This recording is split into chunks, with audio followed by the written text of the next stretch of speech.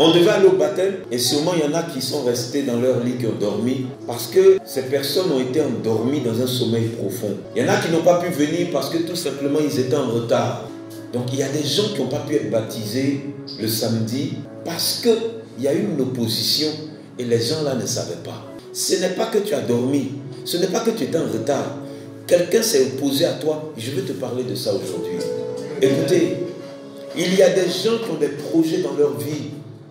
C'est-à-dire que Dieu avait prévu que tu allais réussir, tu allais avoir une vie extraordinaire. Quelqu'un s'est opposé à ta vie extraordinaire. Même il y a un homme de Dieu, il est ici. Il se bat depuis 2015 pour épouser sa femme qui est ici. Ça va nulle part. Pourquoi? Quelqu'un s'oppose à lui. C'est un jour que je me suis fâché, puis on a prié. Dieu lui a montré qu'il a des vieilles femmes qui sont ses épouses dans le monde spirituel. Tu te réveilles le matin, même si un homme a dit qu'on va te doter, il y a quelqu'un qui s'oppose à ta dot. Je dis que hier, le Saint-Esprit m'a montré, il dit, il y a un démon qui ne veut pas que tu fasses les délivrances à l'église. Toujours on reporte, on reporte, on reporte. Il y a des gens même, depuis 1 an, on reporte leur délivrance. Tout ce que vous voulez faire, observez puis regardez. J'étais petit, les gens du village de ma maman s'opposaient à moi. Et je ne savais pas pourquoi. Mais c'est à cause de ce que je devais devenir. Quand tu vas à l'école, ton voisin de classe, ta voisine de classe, elle voit ton intelligence dans le monde spirituel. Et puis elle s'oppose à ce que tu réussisses à l'examen. Parce que dans l'école, il y a des mystiques, des enfants sorciers que les parents ont initiés. Et cet enfant-là, il va s'opposer à ta réussite. Voilà pourquoi dès le bas âge, on vous envoie à l'église.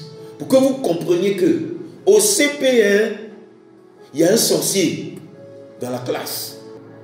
Mes meilleurs amis du quartier aux 2 plateaux avec qui j'ai grandi, leur maman qui me dit toujours, comme tu es en France, viens, aide-les et tout ça. Elle a sorti mon passeport et puis le passeport de mon frère de son coffre. Oh tata, bonjour tata, au revoir tata. C'est elle qui a tes passeports. Il y a une personne qui est ta voisine du quartier. Tant qu'elle est en vie là, elle dit que tu ne vas jamais te marier. Si tu ne te réveilles pas, si tu dors, toi, tu seras dans le néant. La Bible dit que Israël est sorti d'Égypte de chez les sorciers. Et puis il partait à la terre promise. Tout le monde était béni. Pharaon leur a donné de l'or. Entre chez les sorciers et puis la montagne de Dieu, la Bible dit que tous les parents sont décédés dans le désert parce qu'ils ne comprenaient pas Dieu. Ce sont les petits enfants là, ils sont rentrés dans la terre promise. Frère, si aujourd'hui là, tu ne te réveilles pas, c'est terminé.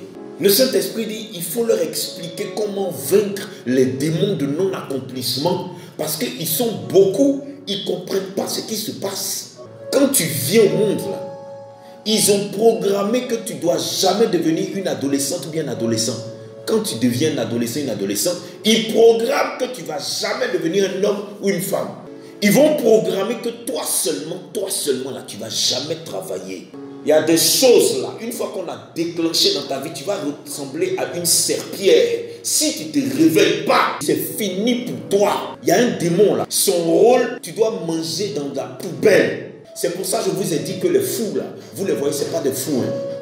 Satan a gâté leur vie. Mais qu'est-ce qui s'est passé? Quand on était aux 2 plateaux dans les années 80, il y avait un jeune de 2 plateaux. Il a des périodes de folie. Donc tu le croises, il est sapé comme ça. Et puis il a des périodes où il court dans le quartier, puis il est en culotte. Il est nu. Et ça le prenait à chaque période. Mais à cette époque-là, on ne connaissait pas Dieu. C'est-à-dire à chaque année, la même période. Mais le voici.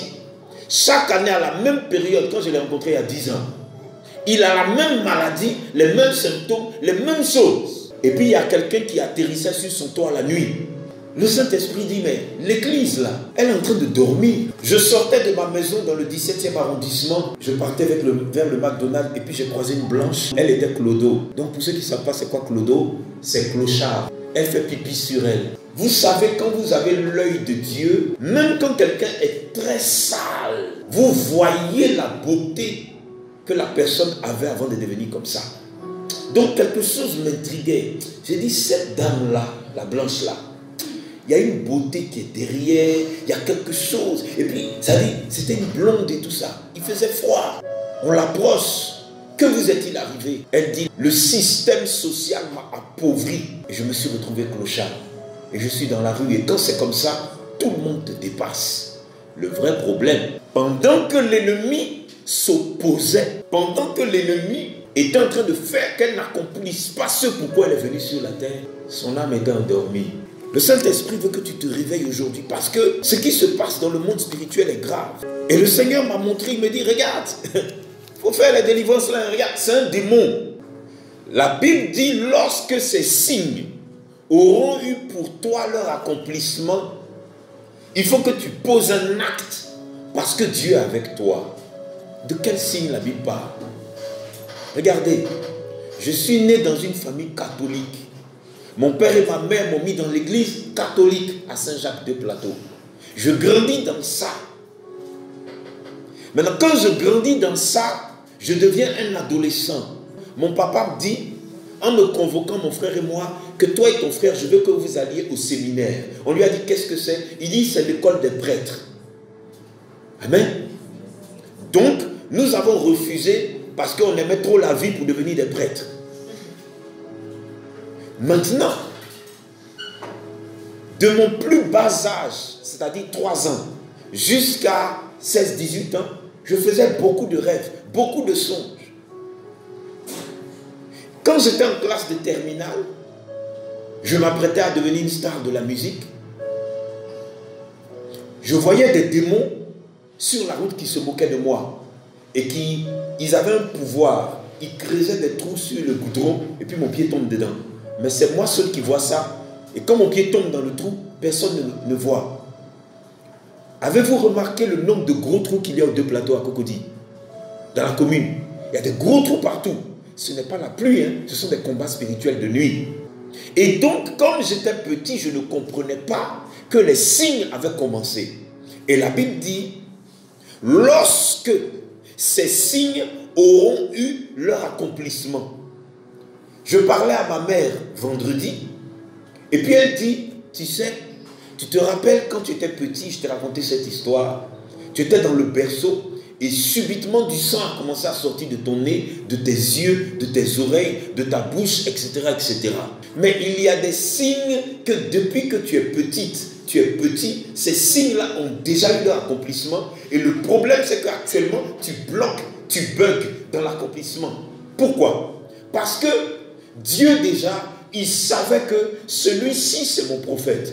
Donc, il va devenir un homme de Dieu. Premier signe, mon papa et puis ma maman me font rentrer à l'église catholique. C'est eux-là qui étaient organisés. Après, il me fait sortir. Et puis, mon père dit, deuxième signe, il faut que tu rentres au séminaire. Donc, par la bouche de mon père, Dieu dit, il faut que tu deviennes un homme de Dieu. Je dis non. Ensuite, des choses se passent. Mais même dans les prénoms de ma femme, il y a un prénom dont la signification en français, c'est la femme du prophète. L'un de ces prénoms a pour signification la dernière femme du prophète chez les Arabes. Des signes se manifestaient. Je ne comprenais pas les signes. Or, il est écrit, lorsque ces signes auront eu pour toi leur accomplissement, fais ce que tu trouveras à faire. Ça dépend de toi.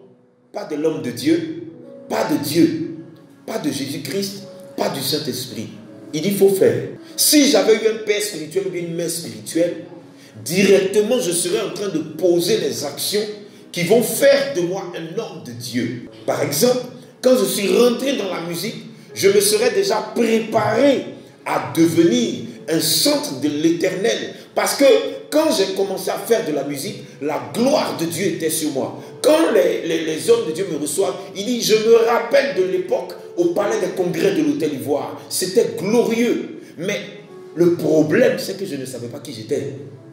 Parce que pour que le Bénin, le Togo, le Sénégal, le Mali, le Cameroun, tous les pays d'Afrique viennent me voir au palais des congrès de l'Hôtel Ivoire, c'est parce que j'étais en train de bouleverser la nation. Pourquoi? Il y avait quelque chose, mais je ne savais pas ce que c'est. Et le problème, toi, tu as reçu des signes. Ta vie est une véritable galère, un véritable labyrinthe, une brume qu'on ne comprend pas. Tout simplement parce que les signes qui t'ont été donnés, tu n'arrives pas à les détecter. Et le Saint-Esprit dit, mais il y a des signes. Et les signes qui ont commencé Frère, quand j'ai rencontré mon père spirituel, regardez comment ça se passe. Quand je m'en vais en France, je ne sais pas que ça fait partie du programme et des signes qui sont en train de trouver leur accomplissement. Parce que tant que je ne vais pas en France, je ne vais pas tomber malade. Tant que je ne vais pas tomber malade, je ne peux pas demander pardon à Dieu. Tant que je ne demande pas pardon à Dieu, je ne peux pas trouver la guérison de Dieu. Et tant que je ne trouve pas la guérison, je ne peux pas devenir un homme de Dieu. Or, pour devenir un homme de Dieu, faisons marche arrière, il faut que j'arrive au pied du gouffre et que je dise, Seigneur, s'il te plaît, guéris-moi, je vais devenir ton serviteur. Donc Dieu déclenche un processus de signes qui vont me conduire à dire, Seigneur, je suis fatigué, si tu me guéris, je vais devenir un homme de Dieu. Paf, je deviens un homme de Dieu. Je suis convalescent pendant un an.